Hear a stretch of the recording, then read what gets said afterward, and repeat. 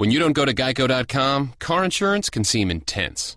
Like breakup R&B intense. I thought you said you loved the sweater that I got you. If you didn't, you could have told me. Geico makes it easy. Just go to Geico.com anytime to update or check your policy without all the extra drama. I even had a gift receipt. Welcome to the Daily Fantasy Basketball Podcast, brought to you by No Halftime. Use promo code BBALL100 to get up to a $100 deposit bonus to use in the app. You can find the No Halftime app on the Apple Store and Amazon.com. And with that, we are off. Welcome to the show for Friday, November 4th. 9 beautiful games that we're going to talk about the DFS slate, and we'll hopefully drop some season-long knowledge along the way as well. I am your host, Daniel Green. You can find me on Twitter at DanielAGreen1, also known as the Judge in the DFS realm. And today I am joined by the wild man himself, Tyler Watts. What's up, man? How's it going, Daniel? It's going okay. Just let you guys know, Tyler was sick a few days ago, and I think he transmitted it through the computer, his illness, to me, because I have not been feeling well. It hit me yesterday, and it's just achy. And then today I've had kind of a sore throat, headache. So I think I'm starting to get a cold. I think it's just the seasonal change. But so if my voice sounds a little worse for the wear today, that's probably because of that. And the show might be a little bit shorter than usual, although probably not, because I tend to talk too much on these shows. But so we're struggling, but we're still giving you the show because the slate is just too good to pass up to talk about for Friday. So we are here. Let's start with some quick injury news, Tyler. I think the biggest news is Jeremy Lin. It was a hamstring, right, for him? Yep. Yeah, so that's not good news. And I think he's going to be what's he out, a minimum of 2 weeks? They said they're going to reevaluate him in 2 weeks. So that could mean anywhere from 2 weeks to a month, 6 weeks, something like that, I would guess. Yeah, I mean, and I'm sure anyone does not like hearing the words hamstring. That can be a lingering injury, so you got to be super cautious with it. Plus, Brooklyn has nothing to play for anyway, so I'm sure that could be tough. That could linger, and if they're saying 2 weeks, that's the minimum he'll be out. Let's first attack season long. So if you own Jeremy Lin in season long, which I do, I mean, any recommendations? I mean, I guess we're going to talk about. I mean, do we play this or try to pick up this whitehead, blackhead, yellowhead guy? No, I'm not big on Isaiah Whitehead. I actually think they're going to give some of the minutes to Randy Foye. If Grievous Vasquez can get his ankle healthy, I think they're going to give him some minutes. So I'm not in love with any of these guys. I think that they could all end up playing like 20, 25 minutes and not really producing that much value. Yeah, I think if Vasquez was healthy, I've seen him be when he gets big minutes, even though he's slow as a turtle and annoying to actually play basketball, he's actually puts up decent stats. So if he can get healthy, I think he'll be the biggest beneficiary at some point. But I guess we'll that's a wait-and-see approach right now. But, I mean, Brooklyn stinks. I mean, they were already dreadful to watch. The only reason I was watching them was because of Jeremy Lin. I would play him a lot in DFS, and I own him in a lot of season-long leagues. So, dear God, I mean, now we're talking about 4 D-leaguers with Brook Lopez in their starting lineup. And, of course, I guess we can tune in to watch the worst player in basketball, Rondae Hollis-Jefferson. So that's always fun. So that's the news there. You got Tony Parker. I don't even know. Tyler, you want to run down the injuries? Some of these I don't even know. Yeah, the Tony Parker's out for the Spurs back-to-back coming up here on Friday and Saturday. So if you have him in any of your season-long leagues or you were thinking about putting him in your DFS lineup, he's not going to be someone to play. Boris Diaw is out for the next 2 weeks. I'm looking up right now. He has a right leg contusion because I thought that was strange. I didn't think that would keep a person out for 2 weeks. But they're claiming he's out for 2 weeks with a bruised leg. And then you got Roy Hibbert, who's out again tomorrow. So Cody Zeller ought to get some more minutes. No word yet on when he's going to be back. Dear God, I just got done playing Tyler Zeller. Now I got to worry about a Cody Zeller. I'm telling you, the Zellers and the Plumlees, they should join their own league. I mean, they should form their own league. And, it's just the Zellers versus the Plumlees every night. It's just I'm so sick of all of that. That whole both those families, go away. Sorry. But they're all big men, so what kind of league would this be? I don't know. It'd just be a bunch of big men running around. Yeah, it'd be a horrible. I didn't say it'd be a good league. I'm just so tired of playing. And I swear all the Plumlees go to Duke. I don't know where the Zellers go. I know one went to North Carolina. I don't know where the other ones went. Anyway, sorry, I mean to interrupt you. My bad. All right, no, that was it. We already mentioned Grievous Vasquez. He's last guy on the list. And All right, so there's that. Now let's get to the good stuff, man. Let's get to the games. By the way, League Pass alert. We're taping this it's midnight on Wednesday or Thursday night, and Golden State right now is beating OKC by 23 or 25 or 23 at the half. So hopefully, isn't that a TNT alert? Oh, you're right. It's TNT alert. Yeah, very good call by you. So hopefully you didn't play too much of those guys in DFS on Thursday night. I mean, although Durant had 33 FanDuel points in the first half, Klay Thompson still sucks. So that's a good sign. So he's still shooting. He still must be shooting like 10% from three. But it's gonna be. So it'll be interesting to see how many minutes those guys play in the second half. So anyway, let's get to the games for Friday. By far the best over/under again is the Golden State game. Golden State is at the Lakers, 226.5 over/under. Golden State's favored by 10.5 points. Even though Golden State's on a back-to-back, obviously there's some blow-up potential here, so you got to be careful with what you want to do in this game. Still lots of juicy guys here. I mean, I'm not sure what – I mean, the fact that Golden State's blowing out OKC and all the stars' minutes are probably going to be down on Thursday, makes me more inclined to play Golden State guys on Friday. What about you, Tyler? Yeah, I totally agree. Even though I think they're going to blow the Lakers away tomorrow, there's still going to be lots of fantasy value to be had because it's going to be a very high-scoring game, I would guess. Yeah, I would recommend you guys watch this game. If I don't know if you guys have been watching the Lakers, they're actually fun. They're actually a pretty fun team to watch, man. With D'Angelo and Randall and I mean, I'm not going to say Nick Young, but D'Angelo and Randall for sure. I wish Brandon Ingram would get some more minutes, but hopefully that will come later in the year. I mean, it's interesting. I mean, the one thing I'll say about DFS and season-long purposes for that matter, Luke Walton, if you look at the minutes distribution for the Lakers, I mean, man, like no one is getting big minutes. Like looking at the box scores can be somewhat painful from like a DFS perspective because like the entire roster is basically getting like between 18 and 26 minutes. And then usually like D'Angelo Russell gets like maybe 30 minutes and Randall gets like 28 minutes. So not a ton of minutes even for the starters, but still they're a fun team to watch. And then they go up and down the court. And D'Angelo Russell, his usage rate is already fantastic. I think it's close to top 10 in the league. So that's a good sign. Other good games. Let's see. A game that there will be no defense played whatsoever. That's Phoenix at New Orleans. I think this is a low over/under. It's 212.5. I think it should be a little higher because both these teams cannot play any defense at all. So here, New Orleans is favored by 3.5. All kinds of fantasy goodness here. I mean, dear God, you could load up on this game if you want. We'll get into some of the more plays in a couple minutes, but Anthony Davis could obviously explode here on Friday night. He's going to be up against chunky Jared Dudley. Oh, God, that is so tasty. I'm going to be playing all kinds of Anthony Davis. Another really nice matchup is the Knicks at Chicago. So Derrick Rose and Joakim Noah are going back to Chicago. Both these teams play at a pretty fast pace this year.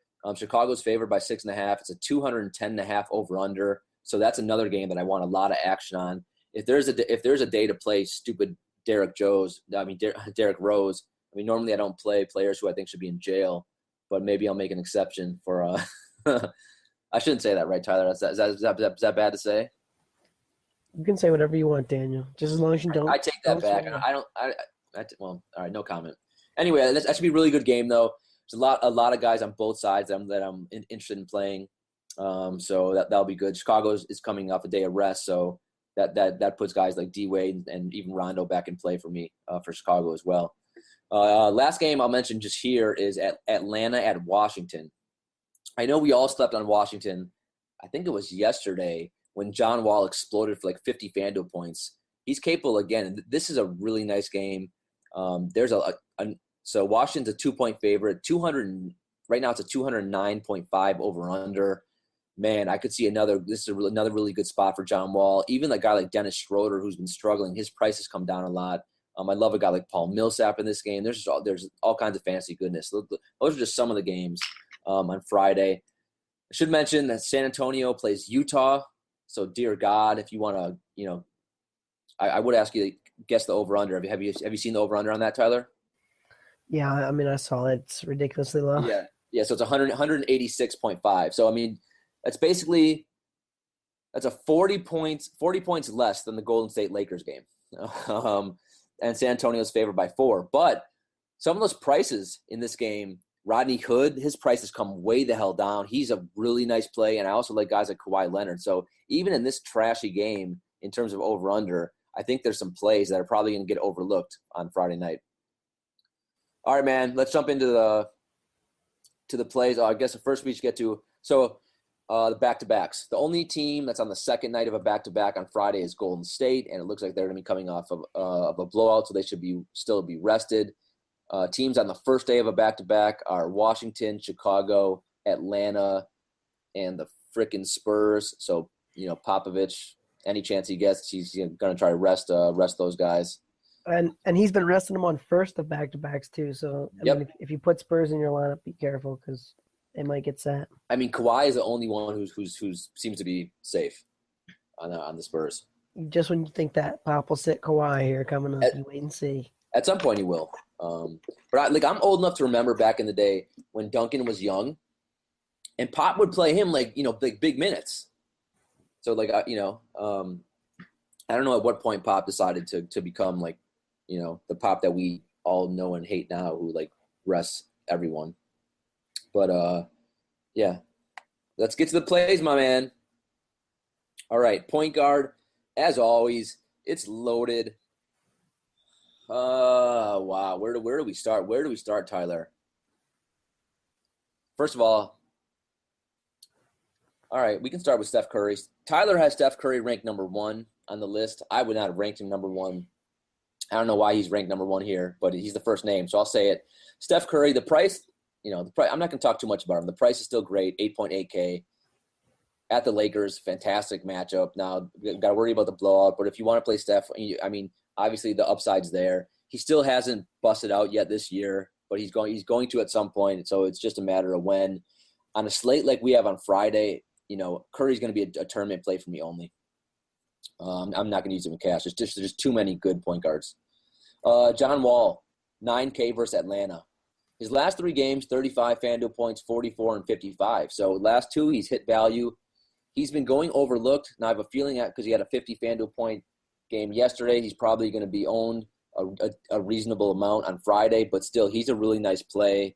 I will definitely use him in tournaments, and right now I'm thinking about him even for cash games. The other thing about John Wall is he's always a lot better at home, and he is home versus Atlanta on Friday. So a very nice play if you want to roll him out, and a fair price. What's weird, and this is what I was talking to Tyler pre-show. I mean, John Wall's price has come down since his 50 FanDuel point game. So FanDuel does some weird things with their algorithms. I don't know why his price went down after he had 2 really nice games, but it did. So let's take advantage of it.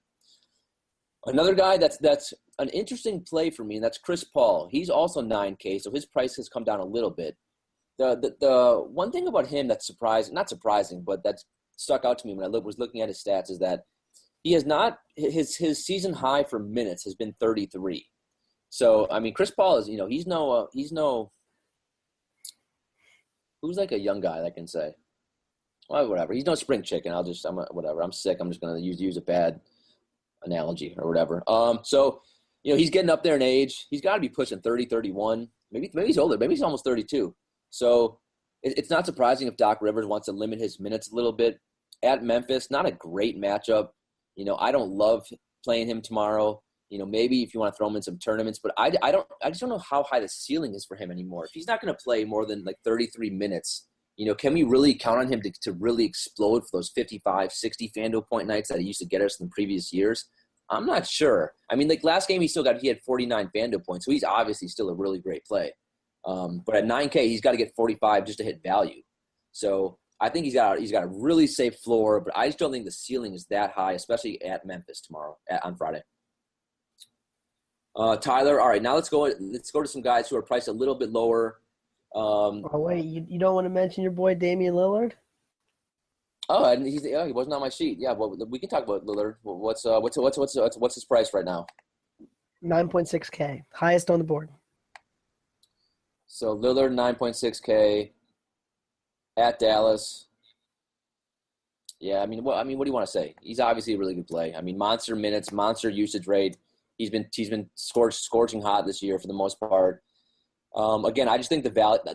I don't want to spend all my salary on point guards. There's too many good plays, so I'm probably not going to use them in cash. Although you could, if you did, I wouldn't blame you. It's going to be Of the top guys, though, he might be the best play. I mean, Darren Williams is a game time decision with that groin injury. So like, who's going to be guarding him? JJ Barea and that clan. I mean, Devin Harris is out with a toe injury. Yeah, no, I mean he'll be high owned. He's a really good play. I mean 9.6K is expensive though. I mean there's value galore at point guard. So, I mean obviously if you want to use him in cash, I guess you could. Yeah, it's a fine play. I mean he's got a really safe floor and he's got a really high ceiling. So I don't think we need to talk about him too much. Granted, I will say this: he was not on the list that Tyler made. So audience, do not blame me for not mentioning him. He was on there. Where is he? I don't see him. He's not on there now. You must have deleted him, but I did not. I didn't know such thing. I would never delete Dame Judi Dench Lillard. So yeah, he's obviously a good play. Moving on, Kemba Walker. This is a guy who I've not played much this year at all. 7.8K at Brooklyn. I mean, Brooklyn, dear God, I don't know what to expect from this game. I mean, the Charlotte's only favored by 6.5, but Brooklyn they really are rolling out a D-League squad. So, I mean, I'm not sure. I mean, I guess Kemba could be an okay tournament play. I bet you he's probably low owned. He's on a 9-game slate. He's probably going to be under 10% owned. And he's pretty safe. He's got a nice floor. I mean, if you look at his games this year, 33 FanDuel points, 35, 38, 33. So he really hasn't – he's only hit value once, but he's come close almost every game. So he's an okay play for me. Maybe I'll throw a couple darts in tournaments. I just feel like he might be like getting kind of overlooked. You got the real big names, and then you got some cheaper guys that people are going to be filling in. And so, like you said, he might be real low owned in your tournaments. And, the Brooklyn guys guarding him. I mean, Isaiah Whitehead's a rookie, and Randy Foye's not really a point guard, so to speak. So I think Kemba might just be able to, even if the game turns to be a blowout, Kemba might be the one doing a lot of scoring, and that's big FanDuel points. Yeah, he absolutely has a monster, has a fantastic matchup. I mean, if they put Randy Foye in, and Randy Foye is 400 years old, cannot stay with him, and Whitehead, I mean, dear God, I mean, Whitehead stinks as an NBA player. So Kemba should easily have his way either way. So yeah, I mean, he'll be low owned, a very nice tournament play. We just gotta hope Brooklyn can somehow keep these games close with that horrendous lineup. Next guy up, Eric Bledsoe. He's been another guy that's kind of been taken for granted this year. I guess rightfully so, because he hasn't put up a monster game yet, but he's been okay. He's 7.6K at New Orleans. I want to attack this game, so I'm definitely going to be playing some Bledsoe in some tournaments. Last game, he played 40 minutes, which is fantastic. Only put up 33 FanDuel points. Again, his high is just 38 FanDuel points this year. But he does have the potential. Tim Frazier, not a good defender. So I'll probably roll Bledsoe out in some lineups on Friday. Well, and I think it's worth mentioning, too, that New Orleans has just been giving up a ton of points in general. So you got to at every position. Right, and you got to just like Bledsoe, who's going to be kind of a focal point, have the ball in his hands a lot, to maybe not only get a lot of points, but maybe get some assists, steals. I mean, they've been turning the ball over a lot, and just gets across the board kind of crazy numbers. Yep, I'm with you. And one thing I love doing is I love playing. Well, we can get to that in a minute. I was gonna say I love playing like combo. Basically if I see an over under that's a good over under, like the Phoenix New Orleans is. For instance, I love playing Tim Frazier with Anthony Davis because if Tim Frazier is going to get assists, who's he going to get assists to? Anthony Davis. But my combo play with Bledsoe doesn't really work too well. So let's just pretend I didn't say that. And if we had some really good editing advice, I would just edit that out of the podcast. But sadly, we don't. So you guys have to listen to that. Next up, this guy's going to be is an interesting play. That's Rajon Rondo, 6.8K. I played him a decent amount on Wednesday night, I think it was. He was only 2% owned, which I was shocked at because he was playing at Boston, so a revenge game. He played 34 minutes. He had 32 FanDuel points, so he did okay for me. He came, close to hitting value, but I was just surprised that he was that low owned. So he's another guy. I mean, that's being overlooked. I mean, it looks like so far this year, everyone's just been on the same guys. I mean, and there's definitely some value to be had if you just if you play your hand correctly. I mean, what are your thoughts on Rondo? Well, I think too. I'll mention this first. Just like with the point guards, from the lineups I see a lot, it's usually either they go real high end at point guard or they go for like some real cheap guys at point guard. So like a lot of the guys in the middle at point guard, I think keep getting like kind of low owned. So I mean that's potentially something you can target like in a GPP and maybe make some money. Rondo, he's a hard guy for me to predict just because he's going to go out there and be hunting for assists. But I think he also may defer to Wade and Butler in some games because those two like to have the ball in their hands too. Rondo doesn't defer to anyone, and it's annoying. So, like, Rondo will not be deferring to anyone. You can take that back. Like, sadly, I've watched all these games. He never passes to Wade. He passes to Butler. Yeah, but doesn't Wade? I mean, like from the games I've seen, I think Wade like gets to take the ball down sometimes. No, it's actually smart of Fred Hoiberg. He plays so much of. So he'll play Wade, Rondo, and Butler together the first like 6 minutes of the game. Then he takes Wade out. And then he puts Wade back in at the end of the first quarter, and he lets Wade play with basically the second unit for like the end of the first quarter and the first like 4 to 5 minutes of the second quarter. So he tries to get Wade, and then that's when Wade brings the ball up. He tries to play. I'd say half of Wade's minutes are without Rondo on the court, and that's because like those two, like you said, when you have Rondo, Wade, and Butler who all need the ball, it's very hard. But I would say, when those three are in the game at the same time, Rondo is the one handling the ball. I mean, by far. Oh, I totally agree. I mean, I think Rondo causes a big stink when he doesn't have the ball in his hands 90% of the time. So I totally agree with that. I think that he could be a decent play tomorrow, but I wouldn't be banking all my lineups on it. Yeah, I'm with you. Andy is matched up against Derrick Rose, who's a horrendous defender. So that's a good thing for him. But yeah, I'm probably not going to play a ton of him. But I just thought the 2% ownership, I was really surprised at. I thought he'd be around closer to about 10% at Boston. Remember Rondo's a guy who his price was over $8K last year. So you're getting him still at a reasonable salary. Next guy up, I want to get your thoughts on Mike Conley. I mean, what do we do with this guy? He's just infuriating me. Versus the Clippers, a very tough matchup because Chris Paul's a good defender. I mean, he played 38 minutes last game, so that was the promising thing. But he only put up 24 FanDuel points, so that was not promising. The price is okay, but like I just don't think he has that high of a ceiling. So like, I mean, I don't know. I really don't want to play a lot of Conley right now. I kind of agree with that. I mean, I think that Conley and that whole Grizzlies team they're kind of a strange bunch to me. They obviously want to play at a real slow pace, and their games, a lot of them are real low scoring. And so, I mean, that kind of makes it hard for daily fantasy. Yeah, I'm with you. Next guy up, Dennis Schroder. I mean, the only good thing about Schroder is, because he's looked horrible, is that his price has come crashing down. So it's 5.9K at Washington. I really do like this game, though, on both sides.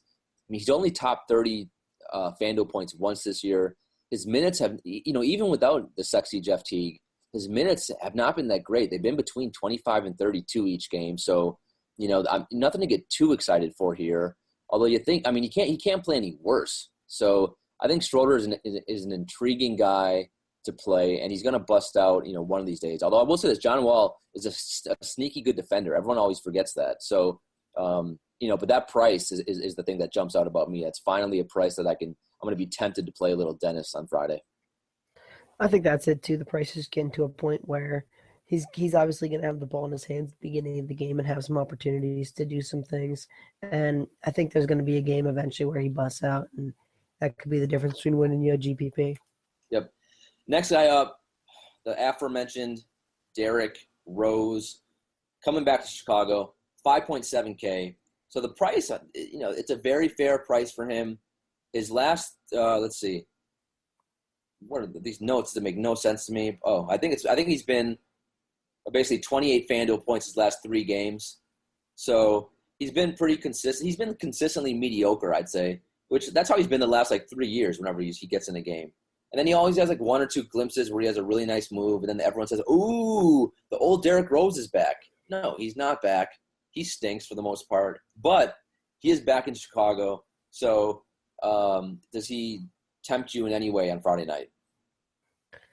I mean, in a tournament, you could see the narrative where he gets an extra little bit of fire, or maybe the Knicks just let him have some extra minutes and some extra offensive attempts to kind of stick it to the Bulls, who traded him away, and maybe he has a crazy good game. But I agree with you. I'm not loving Rose so far this year.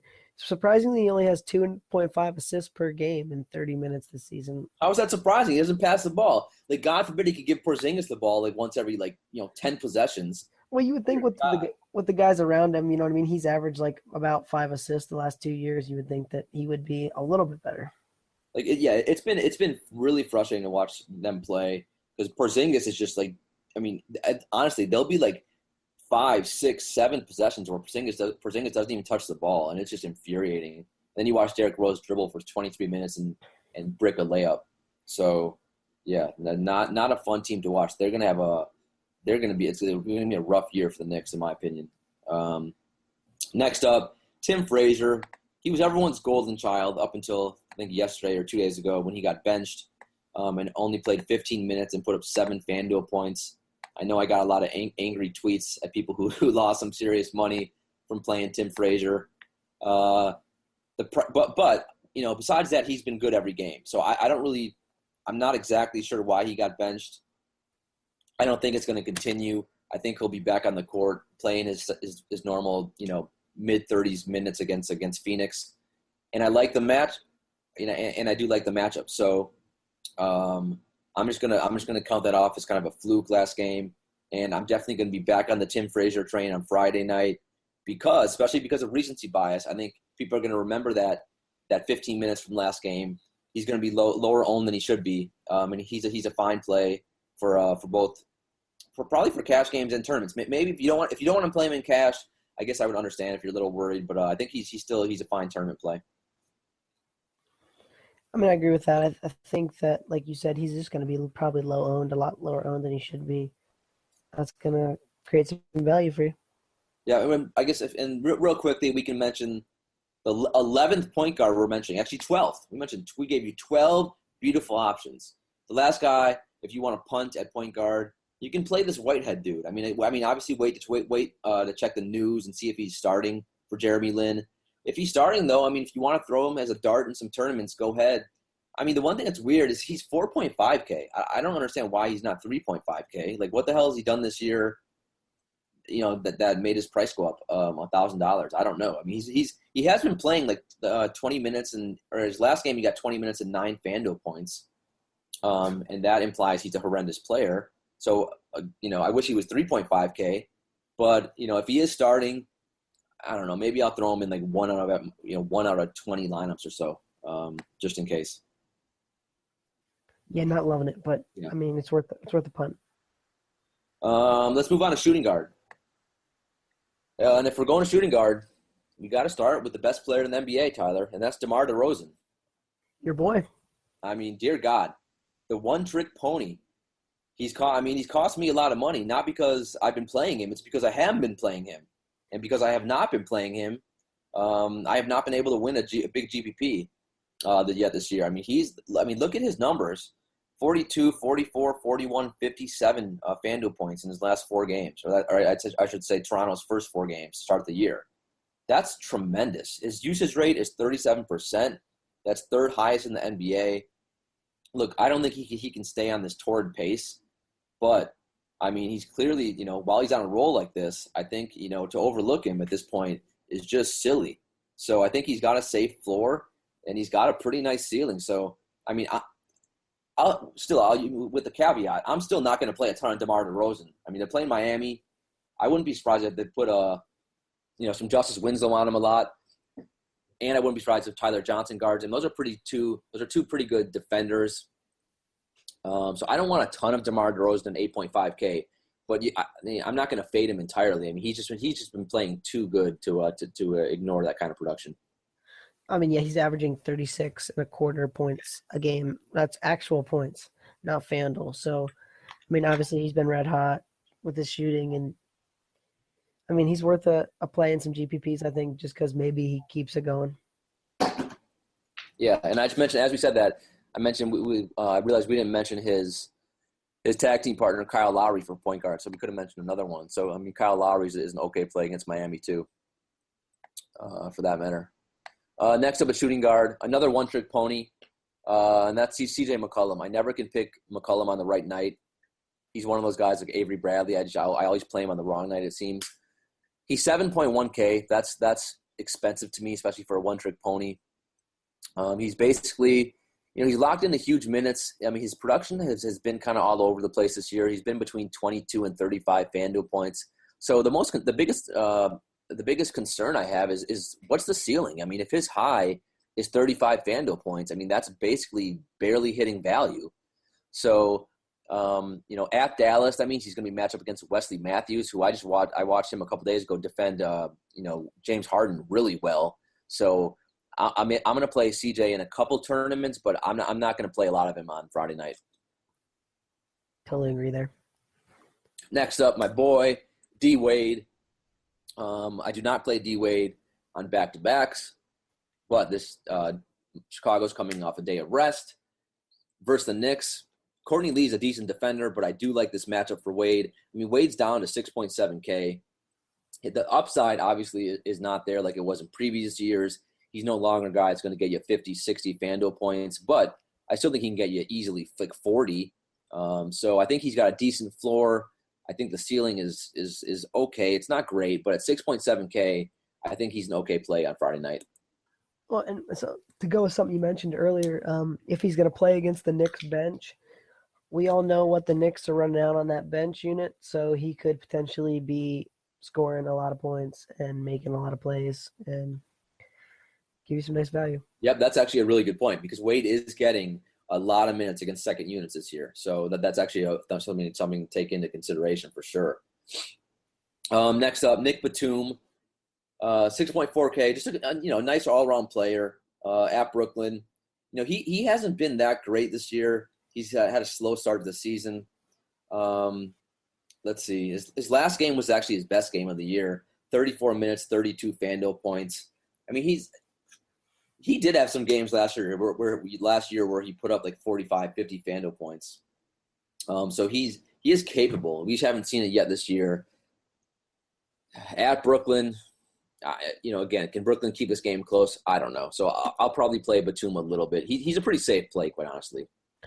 I think you just like the matchup. Obviously, Brooklyn doesn't really have much to guard him, and he's coming off his best game. Maybe he, goes even a step further and gets you, a 40-point game. Agree. Next up, Klay Thompson, dirtbag Klay, 5.9K at the Lakers. I think we talked about this yesterday.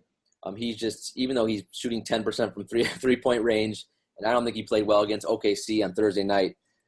I mean, that price range is just too cheap. At some point, he's going to bust out.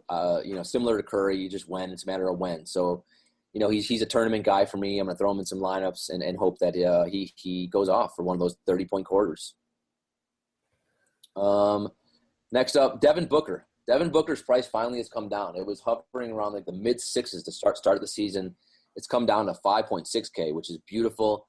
At New Orleans, we've already discussed the Pelicans give up points to every position on the court. Last game, Devin Booker got 39 minutes, which is fantastic. He put up 24 FanDuel points. So, look, I mean, that's basically, I think that's about his floor in terms of FanDuel points. That's a pretty nice floor, and I think he does have upside to kind of help you win a GPP. So, he's an intriguing guy that I'm going to play in some tournaments tomorrow. I mean, I really agree with that. I think that, it's a great matchup, and I think everyone's just kind of waiting for a game where Booker kind of busts out a little bit, and I think tomorrow's a decent shot. Yeah, I mean, and we'll probably talk about T.J. Warren in a minute, but yeah, one of the reasons he hasn't had that monster game is because T.J. Warren is just taking so many shots and playing so well. So Booker's minutes have been a little down, although it's good to see he got 39 last game, which is fantastic. Next up, this is my sneaky ninja play of the day for Friday night. Bradley Beal. Last year he was priced for a large chunk of the season, around $7,500. He's down to 5.3K. Now, some of us, we've all been burned by Beal in previous years. Normally it's due to injury. Now, we also thought maybe Washington is going to be smart and try to limit his minutes this year. Well, he played 39 minutes last game, and he had 23 FanDuel points. Actually, his last two games, he's averaged 39.5 minutes and 23 FanDuel points. So the minutes are there. He does have the talent to put up a big game. Now, am I going to play him? I mean, he's probably an okay cash game play at 5.3K, quite honestly, because I think he's got an okay floor. But I'm going to play him in some tournaments, man. That price is just too low. Something smells there. I like the matchup. Who's going to be guarding him for Atlanta? Is it going to be Korver? Probably Kent Bazemore. Yeah, I guess Korver or the Bays. But, that price is just a little too low for me. I'm not going to play a ton of Beal, but I am going to play some Beal tomorrow. Probably the most I played this year and see what happens. Should we bring back my segment from yesterday? Oh, the Tyler Fun – what was it called? It's Fun with Numbers. Fun with Numbers. Let's bring it back. Fun with Numbers. Here it is. I wish we had theme music too. I think you should just play a little jingle for me. Just make it up right now. Sing a little song. I know you have a great musical voice. If I wasn't sick, I would try to, man, but I'm struggling. All right, so how many field goal attempts would you guess that Bradley Beal is getting so far this season? Oh, God, man. It's got to be 15? That's about what I would have guessed. It's 14, okay? Now, guess how many he's making per game this season? 5? 5.3. He's shooting 38.1%. Okay, now guess how many three-point attempts he's getting? 7. Oh, no, not quite. 4.7, which is right on line pretty much with what he got last year. And he is shooting an astounding 28.6% from three-point land after being a career 39.5% shooter. So, obviously this is another guy, he just kind of started cold, but you got to expect the big game to be coming where he actually is hitting his shots, and that could, win you a GPP. Yeah.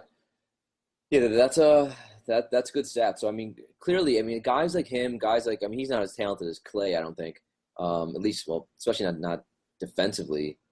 But, offensively, Bradley Beal's a pretty good player, man. I know everyone always talks crap about him, but, 5.3K something. Man, I remember last year. 39. What's that? 39.5% three-point shooter. That's one of the tops in the league. That's a damn good percentage. Yeah, let's all play. All of us. Let's all play Bradley Beal in one lineup and win some money on Friday. How about that?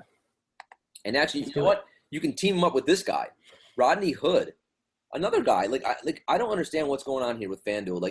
Rodney Hood has played really well this year. His price has come all the way down to 5K. Now, the matchup is not great. It's versus the Spurs in that horrible over-under game.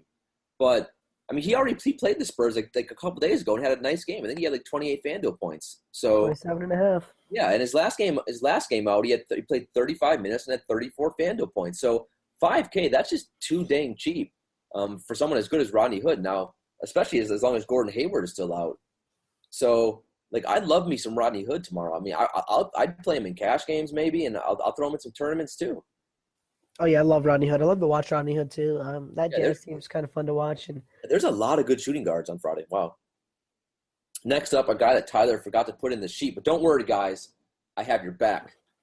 And that is Sean Kilpatrick, a guy who I had no idea was coming into the year. He's been by far Brooklyn's best player. He's been tremendous. Last game, 28 minutes, 24 points, 10 rebounds, 3 assists, 2 steals, 42 FanDuel points. Who is this guy at 4.7K? No, I meant like literally, Tyler. Who is this guy? Please don't tell me you're believing in this Buster. No, well, the thing is, like, he actually looked like a legitimate NBA player. I mean, he looked pretty good. Like he did kind of jump off the screen to me. Like I was like, wow, like who's that guy? And he's little. I'll say that he's short. But look, Brooklyn has no one. This guy's he's only playing in like the mid-20s in minutes, but his production's been pretty consistent this year. 19, 26, 21, 17 FanDuel points. Obviously, the last game he went nuts. But at 4.7K, man, now Jeremy Lin's out. They need someone to score. I will say this: he's already getting 12 field goal attempts a game, which you like to see, and yeah, he's shooting 4.4 3-pointers a game. And obviously that should only go up with Jeremy Lin out. I mean, this guy has a chance to, hit some good value because the price is so cheap, but I wouldn't be staking my house on it. I'd much rather play guys like Booker, Beal, and Hood over him. He's got the same usage rate as Dwayne Wade this year right now. So, yeah, I mean, I'm going to play me some Kilpatrick and some GPPs, man. Dude, with Lin out, they need someone to score. So who's it going to be? I mean, I don't know, but why not this guy? Why not? This is your no halftime play of the day. Now that I know halftime is going to be. No, it wouldn't be a good Kilpatrick. I feel like you can get this guy against someone halfway decent. You're saying you believe in him. Come on. No. I'm saying that he's got the potential. I'm not saying I believe. Let's not get crazy. I mean, he's still out in Brooklyn. But I'm saying he's already shown us that what he can do. So, with the Jeremy Lin injury, he's an intriguing play at 4.7K. I agree. Yeah. Last up, Tyler, you can talk about this last guy. I don't want to talk about this bum. This Buster. Yeah. Etuan Moore. Our friends at Basketball Monster are digging some Etuan Moore tomorrow. He's 4.2K. He struggled a lot in the last game. He only had 10.1 FanDuel points in 27 minutes. He's been getting some pretty big minutes, though. And, I mean, there's the potential against Phoenix, who does not play a great amount of defense, that maybe, in a GPP he can bust out a little bit. Yeah, I mean, like, I don't have any issue for the most part. My only thing with him is what's the ceiling, right? I mean, I think his ceiling is like 21 FanDuel points. I mean, that's his high this year. I do love the game versus Phoenix, but I'm just not sure, even if he has a really good game, what's he going to get you? I mean, he had a crazy game last year for Chicago. I can't tell you exactly what the points were, but it was pretty crazy because I remember thinking, like, how did this guy do so good? I'm looking it up right now. I'll let you know here in a second. No, it's okay. I'm looking at my FanDuel scores from Thursday night. I had some pretty nice lineups, man. It's a shame that Golden State blew out OKC. Otherwise, I would have made a lot of money. It's still on. What are you talking about? Up by 25 with 2 minutes to go in the third quarter. They could still play him. Russell Westbrook's still getting his revenge. He's going back out. No, it's over. All right. So we don't want to bore the listeners too much. So let's move on to small forwards. Man, that's Friday night's going to be. I'll tell you this, man. I'm already this. There's one thing I will recommend, and I'm not sure what everyone does. I mean, everyone has their own strategy, right? But me, like, I play a lot of lineups, and that's all the guys who are winning the multi-entry GPPs are playing lots of lineups. Like I used to only play. Really, the main thing I would play is the Slam, which was the $25 entry fee. And I throw maybe 5, 6, 7, up to 10 entries in depending on the day. I basically have changed my kind of mindset this year, just because all the pros are playing the maximum amount of entries in these large tournaments. So what I've been doing is I'm no longer playing the Slam as much. I'm playing kind of the rebound. I think that's the $10 tournament. Then there's a $5 tournament. I think that's called like the assist. I'm playing of those, but I'm playing 15, 20 lineups now in those tournaments because when you do that, you can still have your core set of players you play each night, and then you can you can just rotate a lot of the supporting players and get a lot more lineups out there, and it just increases your ability to win. Because remember, when you're playing a GPP, you're really playing a GPP to win the whole thing. I mean, that's how you win big money. You got to finish in that top 10. So obviously the more lineups you're playing, the better your chances. So that would be my recommendation to all you guys out there who are playing kind of, if you're throwing like 4 or 5 lineups in a certain contest, I would say, let's say you're playing the rebound, the $10 one. I would say, you know what? Instead of you're playing your 4 or 5 lineups in the rebound, go down to the assist and play like, double that, play 10 lineups. It just kind of makes sense to me after seeing every night who's winning these large GPPs and then watching the same damn people win it. I think I want to enhance my chances, so you guys should try to enhance your chances as well. Also, I think we've talked about in other shows, you can always play the single entry ones, which are fantastic because then everyone's, level playing field.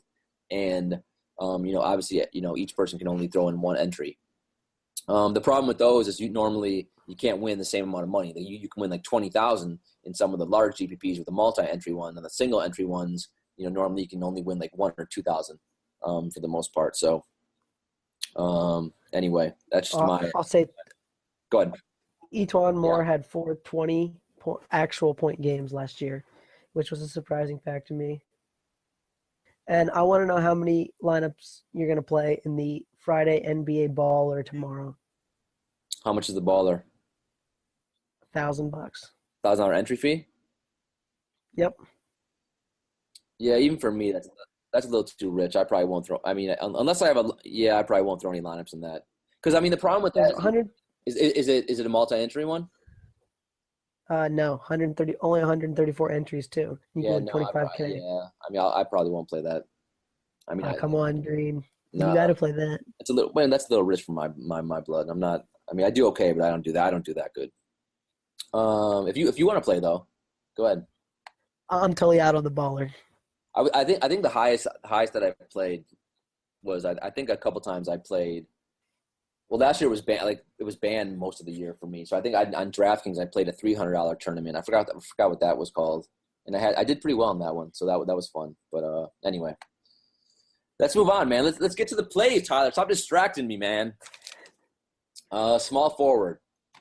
We're not going to give you as many plays as small forward like we did for point guard and shooting guard.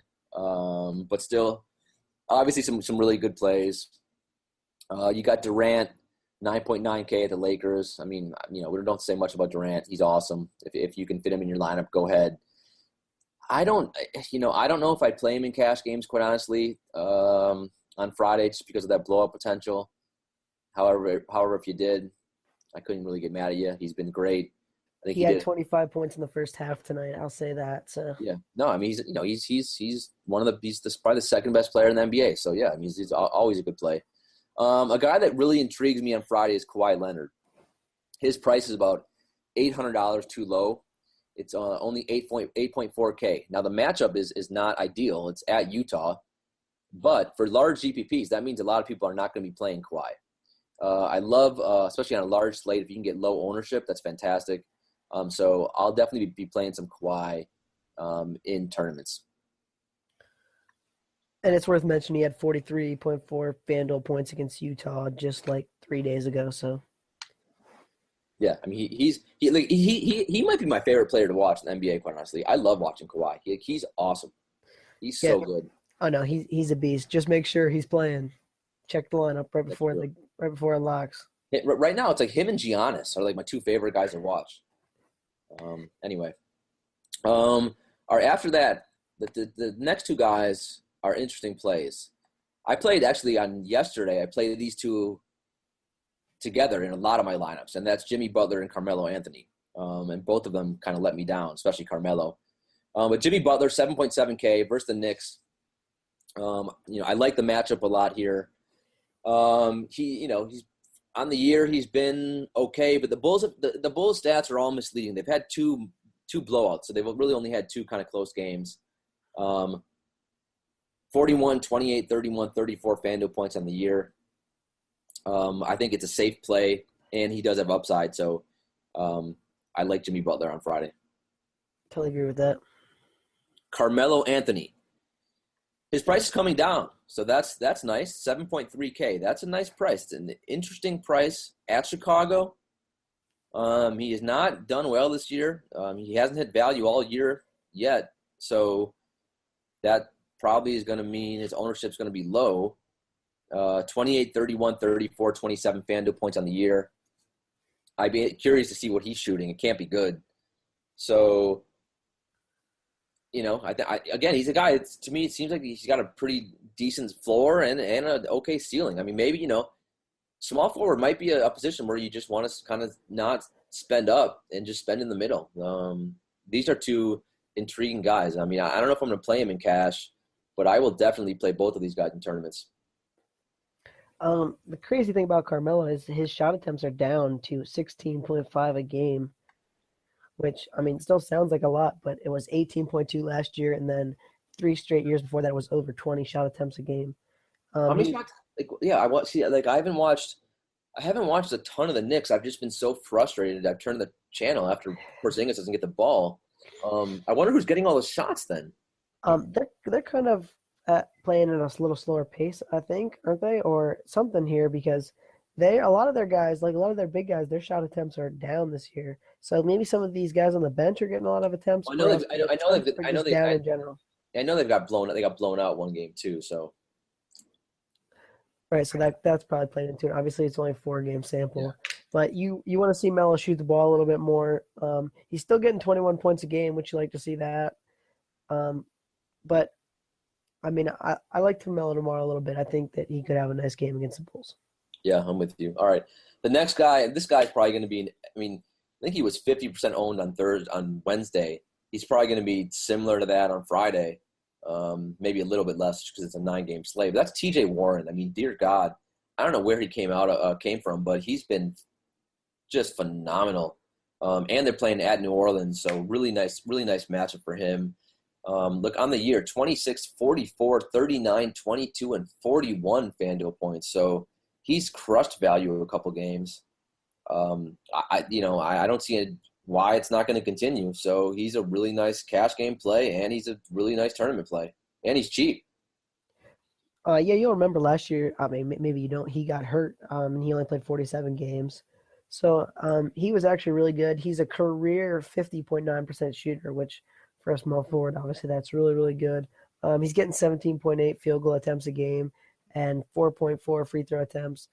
You gotta love it. I'm definitely slotting him in some of my lineups tomorrow. Yeah, if you watch Phoenix, like TJ Warren and Booker, like both those guys, and even Bledsoe and Knight, like anyone who gets the ball, they can shoot. Like they all have the green light. I mean, like it's just like guns. I mean, dear God, like there's like one pass and shot. So like Warren is getting a lot of shots, and then so is Booker. So both those guys are interesting plays. They're bringing back the D'Antoni offense, are they? I mean, yeah, basically. I mean, they're certainly not playing any defense in Phoenix. That's for sure. Next up, Justise Winslow. The price, I keep waiting for that price to rise. It has not.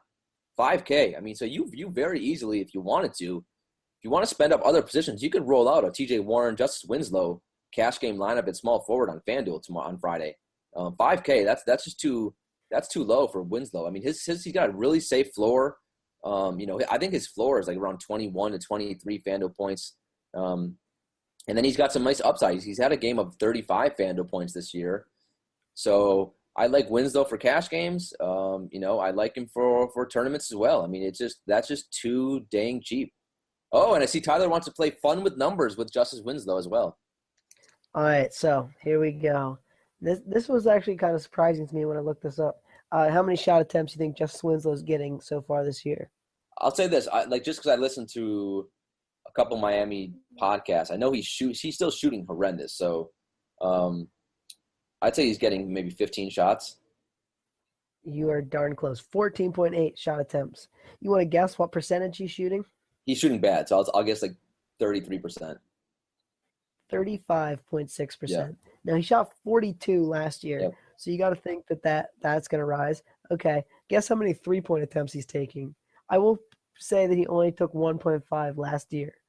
I don't know, like 2 a game? I don't know, 3 a game? Guess what percentage he's shooting there? Oh, God, it's got to be like 10%. 18.8%. Yeah. So here's what I'm thinking. I'm thinking they're either going to think he's a good three-point shooter and that percentage is going to rise, or B, they're going to tell him stop shooting three-pointers because you can't make any. So, I mean, I think that he's just going to start shooting some more efficient shots, and the field goal percentage has to rise some. And when you're taking 15 shot attempts a game at a 5,000 salary, you got to like the upside there to have a good game. Yeah, man. See, this is what's funny though about like that conversation, right? Like the fun with numbers game. We've done that previously with all guys who are struggling and not hitting value at all, and like been sucking. Like Winslow, still while shooting that bad, is like crushing value every night because he's so cheap.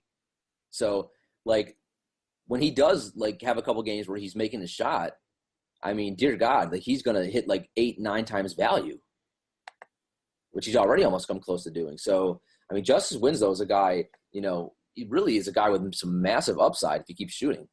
And I mean, I see no reason why he's not going to. I mean, Miami, they wanted – really the only thing that they have to do this year is develop Winslow and develop Whiteside and Josh Richardson when he comes back. So, love Winslow.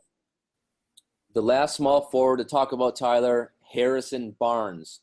Another guy, man, he's too cheap, $5K. I'm not sure why. I mean, I know the last game he struggled, but that was against Utah. But he may be Dallas's best player, and as pathetic as that sounds, that might actually be true. I mean, Dirk's 75,000 years old. So $5K, that's just too cheap, man. Like I wouldn't, if you want to use him in cash, I wouldn't mind. Like the upside, I mean, he had one game of 40 FanDuel points this year, so I think he's got an okay upside. So, if you want to use some Harrison Barnes on Friday night, I don't mind. Like, I mean, honestly, if you went with a Harrison Barnes, Justise Winslow cash game lineup for small forward, I mean, you could do a hell of a lot worse. So I think he's an okay play on Friday night. I totally agree. He's getting into your one-trick pony column, though. If you've looked at his stats, he's basically only scoring, and he's getting you 5 rebounds a game, but like almost nothing in all the other categories. He's giving you 1.3 threes a game, but no assists, no steals, no blocks really. So for your season-long leagues, that's something to be a little concerned about. He's basically become like a poor man Andrew Wiggins. I kind of agree with that, yeah. Ugh, that is not a good sign. All right, power forward, because my voice is really starting to struggle here. Tyler, take us through the power forwards. All right, so the first guy up, you got Anthony Davis. Obviously, great matchup against the Suns. He's gotten a 90 FanDuel point game. It is 11.2K, so it's a lot of money. But, I mean, you got to play Anthony Davis in some of your tournament lineups because if he gets 90, that's sounding pretty good. Yeah, I got to jump in here. So, fat, chunky Jared Dudley's guarding him on Friday night. Dear God, Anthony Davis is going to be in my cash game lineups. He's going to be in a lot of my tournaments. Like I cannot envision how he doesn't score. I think he's got a floor of like 50 FanDuel points versus Jared chunky Dudley. And he we've seen it this year. I think he had 96, 97 FanDuel points one game. So he's going to be a tough guy to fade on Friday night. The only way I see him not hitting value is if he gets a fluke injury, which he could because he's a tin man, or if for some reason that game becomes a blowout. Otherwise, it's an ideal matchup. Don't let the ball hit him in the face. Is that what you're saying? Or get an eyelash or a scratch or fingernail issue, anything. Next guy up, Blake Griffin, 8.9K. He's gotten 52, 32, 39, and 36 FanDuel points this year. So he's really only hit value in like one game. But, I mean, they're playing Memphis tomorrow, which isn't the best of matchups. But, I mean, Blake Griffin is the kind of guy who can always bust out for a huge game. Yeah. So. Oh, sorry.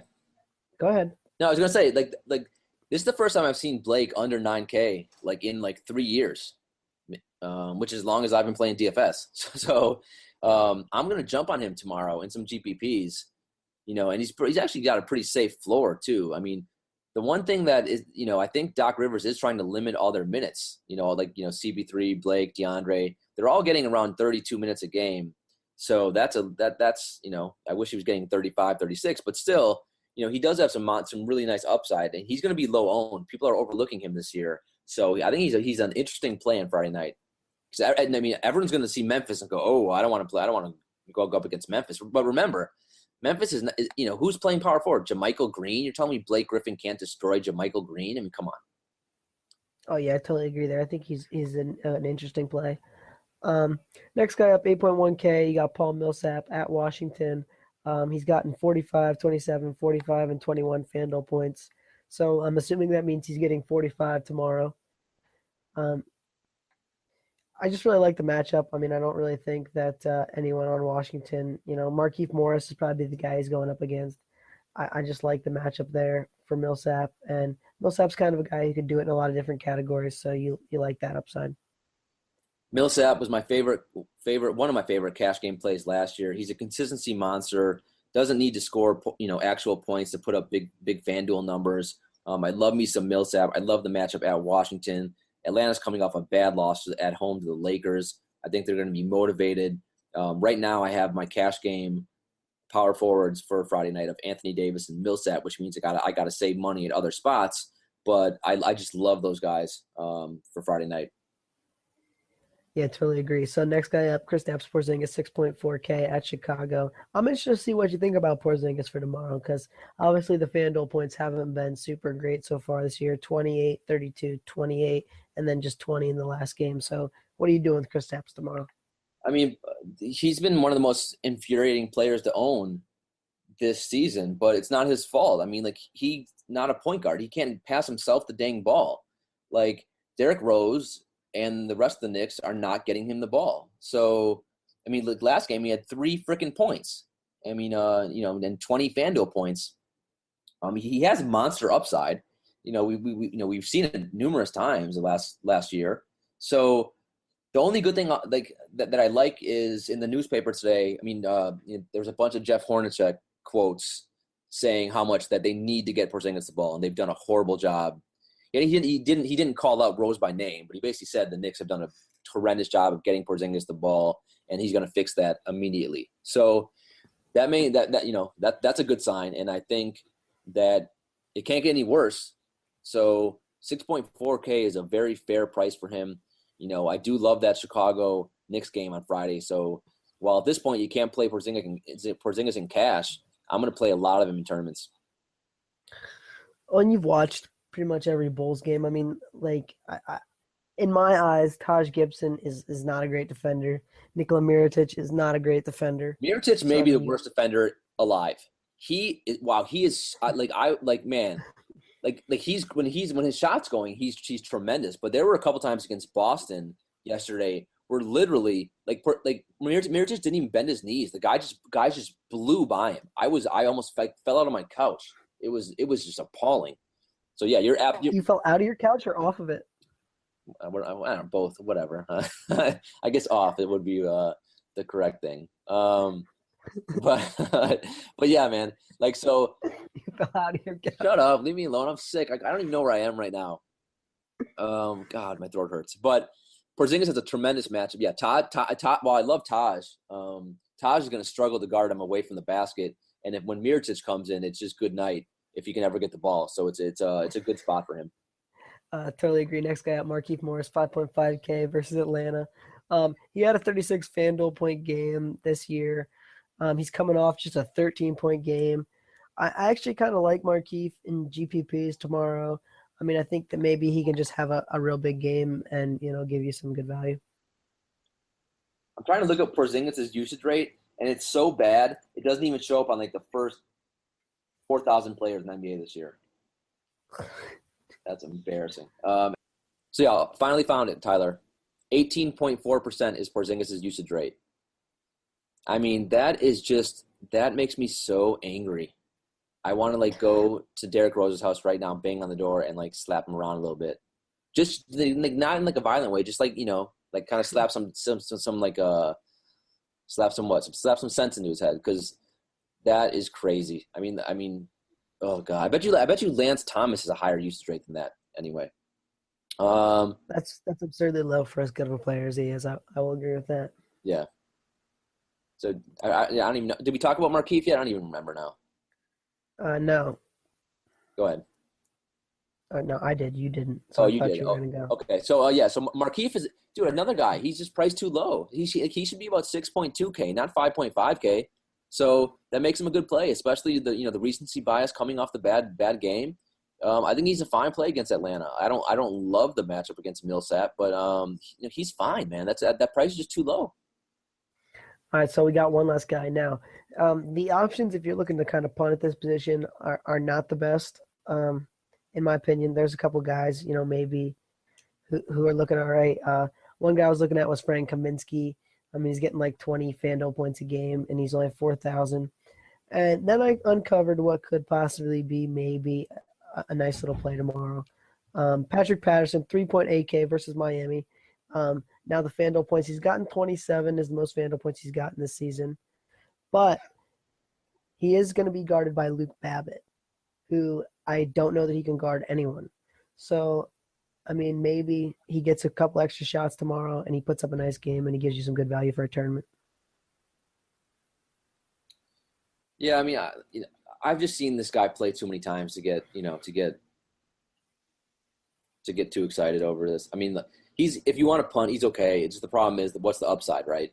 It's just he's not gonna.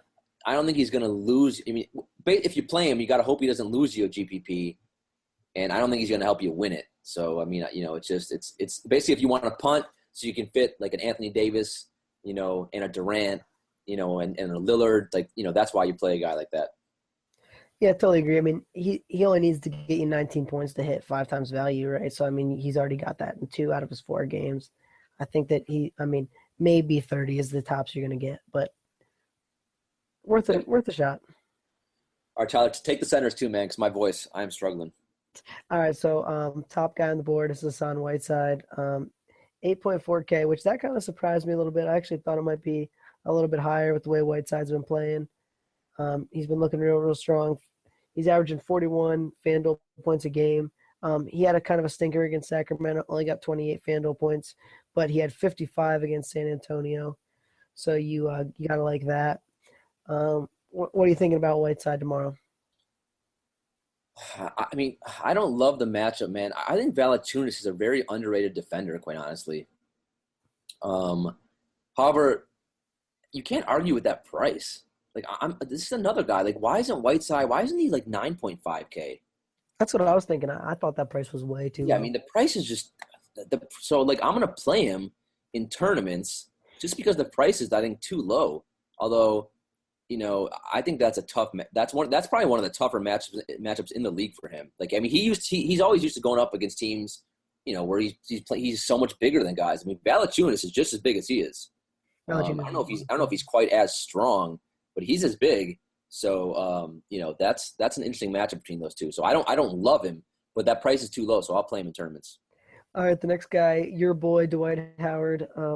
I actually still think Howard's too high at 8.3K, but what do you think about Howard for tomorrow? Yeah, I'm with you. It's a little pricey for me. He should be around 7.8K. Although the last couple games he's looked pretty good, man. 46 and 39 FanDuel points. I mean, the problem with Dwight is I don't think he's ever going to get over like 32 minutes. So if, Dwight plays 32 minutes and he has a really good game, I think his ceiling is around like that 46 FanDuel point night. And I don't think, that's, to me in a large GPP, I mean, he's becoming like an okay cash game play, I guess. But even at that price, that's a little pricey to be for cash games. So I'm not really going to be on Dwight. The only reason maybe I throw him in a tournament or two is just because ownership's going to be really low. Yeah, totally agree. Next guy up, DeAndre Jordan, 7.3K. He only got 19.2 FanDuel points in his last game, but the game before that against Phoenix, he got 40 FanDuel points. The minutes have been pretty consistent, right around 30 minutes a night. So you going to play DeAndre a little bit tomorrow? It's weird, man. He's a guy I haven't played a bunch this year. As I mentioned already on the show, like Doc's really limiting Chris Paul, Blake, and DeAndre's minutes to around 32 a game, which makes sense to me.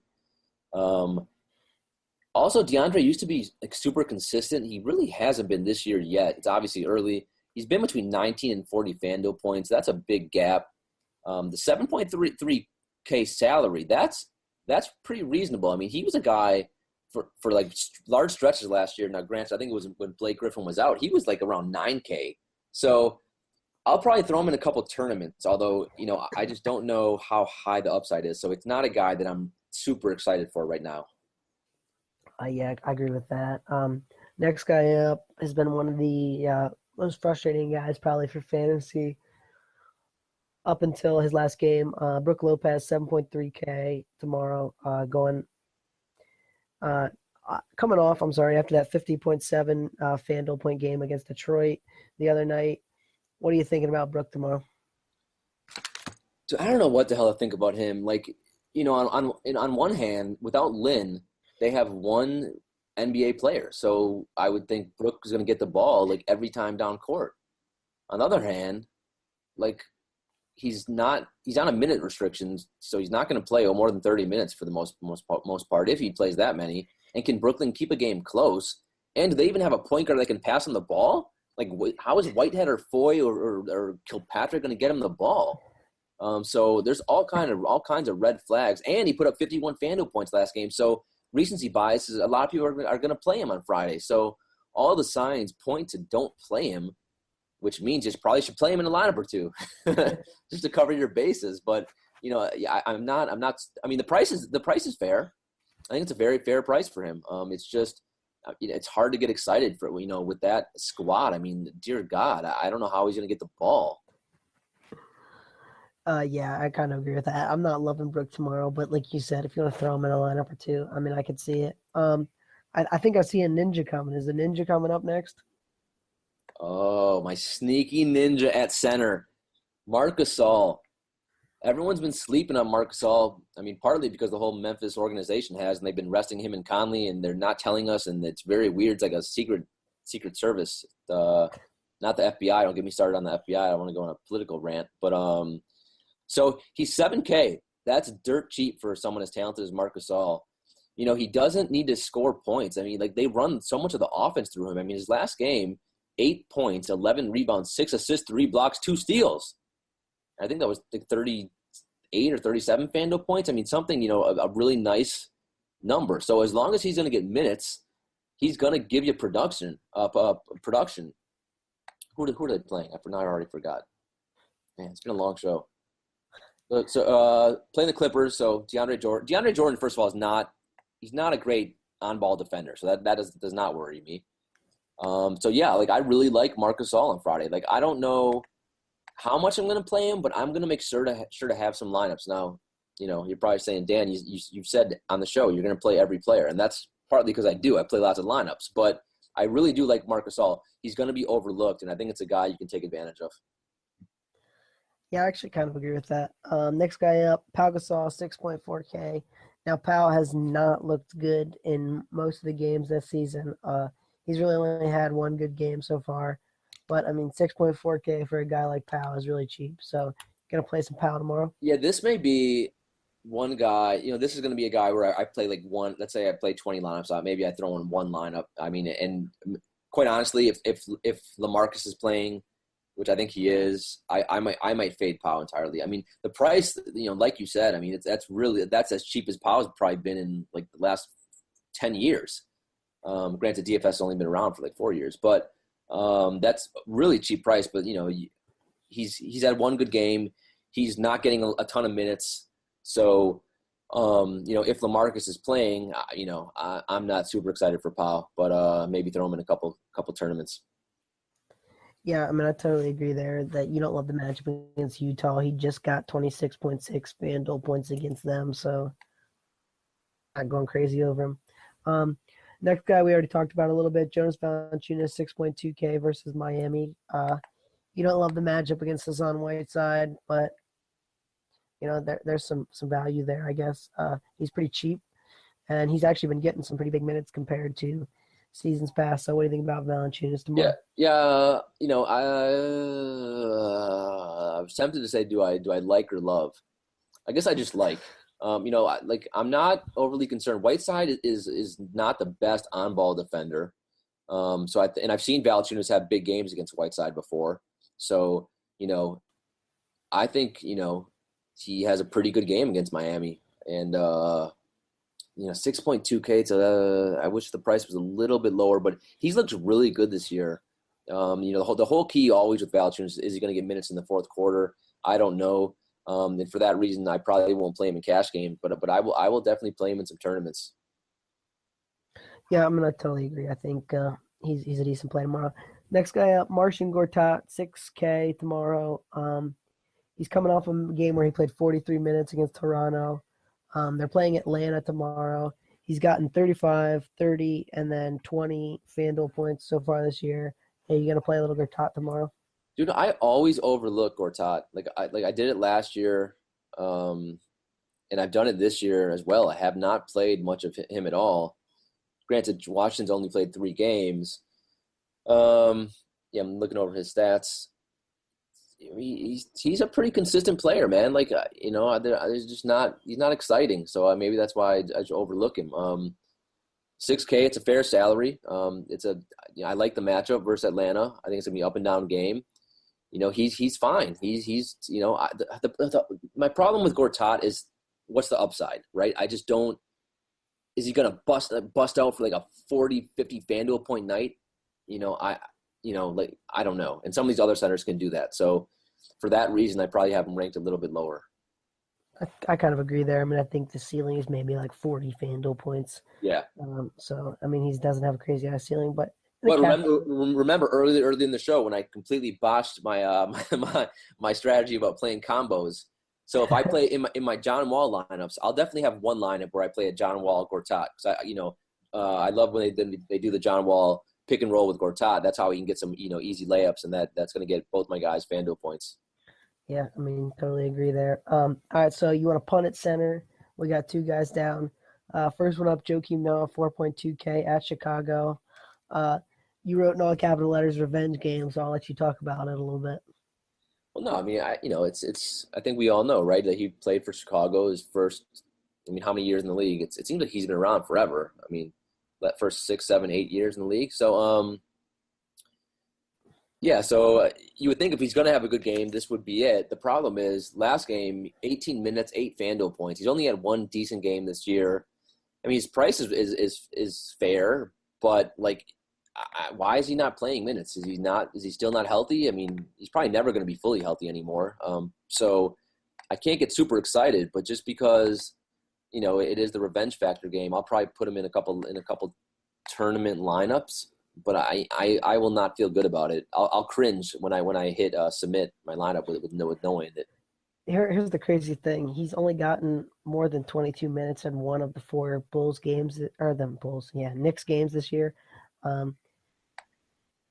I guess if he gets the big minutes, he could get you a nice game, but I just don't see it happening really. So, how many total points, actual points, do you think Noah has this year? In 4 games? 10. He has 8. I mean, he's obviously not an offensively skilled player, but it's just it's just nasty. So, I hope he does well. I mean, I hope he has a good game though. All right, minimum salary punt guy, last one of the night. Ivica Zubac, 3.5K. Yeah, so Zubac, 3.5K. I played him in one lineup because he is Mark Roberts' favorite player. He's probably going to come on Sunday's show and say Zubac is the next Whiteside, like he did with Clint Capella last year. I think he's a talented guy. It's just hard for me to envision him getting 24 minutes. Even if he stays out of foul trouble, which is going to be hard for him to do. The other thing is they're playing Golden State, so I could easily see the Lakers going small and playing Julius Randle at the 5, playing Larry Nance Jr. at the 5. So, not a ton of upside here. The one thing, if you play Zubac, the cool thing is throw him in a lineup. It allows you to get Anthony Davis. Maybe you play some Millsap with him. Then you play some. You go Durant and Butler. Then you go some Booker and Beal. And then you get Lillard and John Wall. And there you go. I mean, playing a guy at the minimum price allows you to do some cool things and opens up the rest of your lineup. So that's kind of the main reason you could throw some Zubac in, on Friday. Totally agree there. By the way, I have no idea if that salary would work out. I have no clue.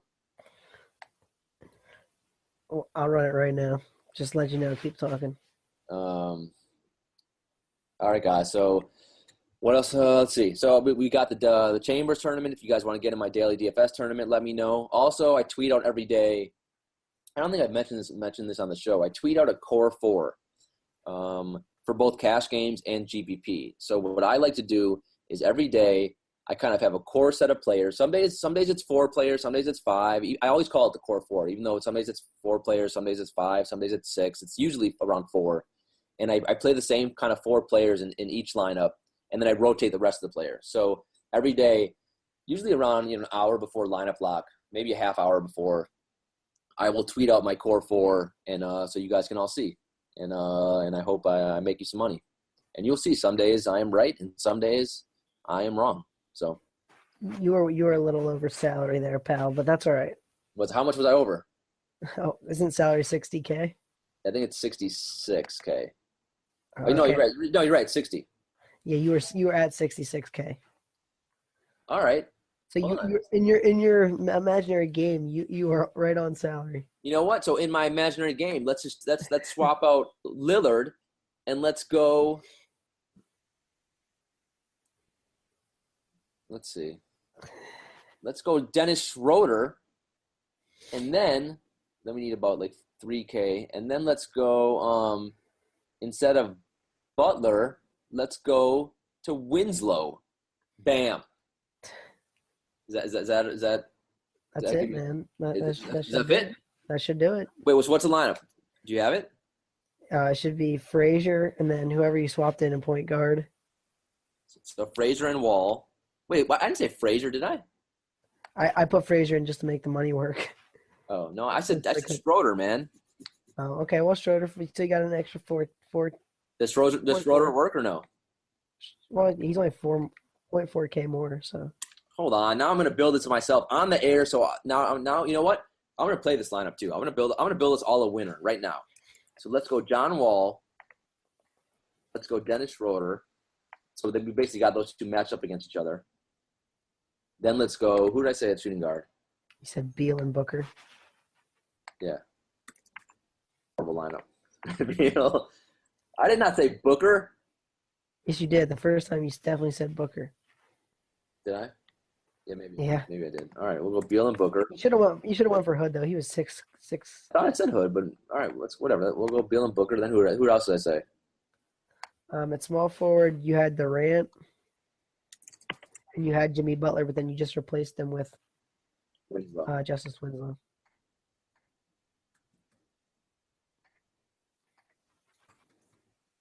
Who are my power forwards? You had Davis and Millsap. Oh my God! Yeah, I'm way over. I'm way over budget.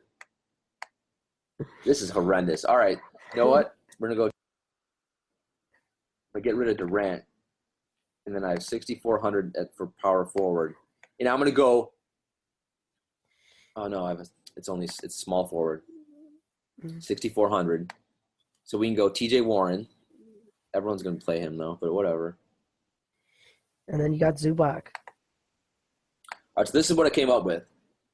I don't want anyone to use this lineup. This is horrendous, everyone. John Wall, Dennis Schroder, Bradley Beal, Devin Booker, T.J. Warren, Winslow, Davis, Millsap, Zubac. Now, I'll tell you guys why I don't like this lineup. Because it has first of all, it has Wall and Beal. I don't like playing Wall and Beal together. Even though I do like playing combos. Normally it's not a combo point guard, shooting guard situation. And also, then I have the same kind of situation with Devin Booker and T.J. Warren. I think one of those guys is probably going to have a good game. I'd be really surprised if both of those guys explode. Now, I will say this. That's a contrarian lineup, man. So just because I love you guys, I'm going to play this lineup in a $3 tournament tomorrow. And you can watch me. You can laugh at me because this lineup's going to get toasted. All right, anyway. So, all right, I'm glad we did that on the air.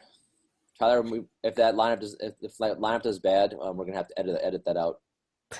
Anyway, all right, guys, thanks for bearing with us. This was a long show, but 9 games on Friday. Lots of good basketball. Hope you made some serious good money on Thursday. Anything you want to say, Tyler? No, that's about it, man. All right, guys, thanks for tuning in. Oh, remember to subscribe to the podcast, rate the podcast, and all that good stuff. That really does help us out. And with that, we'll be back for a podcast to discuss Saturday's slate, man. And then we got the season-long show coming on Sunday with Mark Roberts joining us back on the show. So, all right, guys, have a good weekend, man. Bye.